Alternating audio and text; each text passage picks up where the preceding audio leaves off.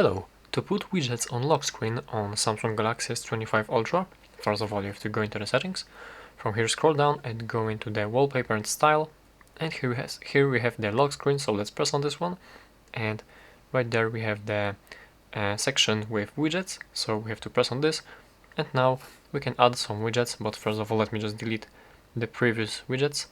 And alright, right here we have some widgets available for different applications, and for example I want to add the calendar widget, and you simply select the calendar, and here we have different types of widget. You simply have to press on this and it adds the widget to your to this section.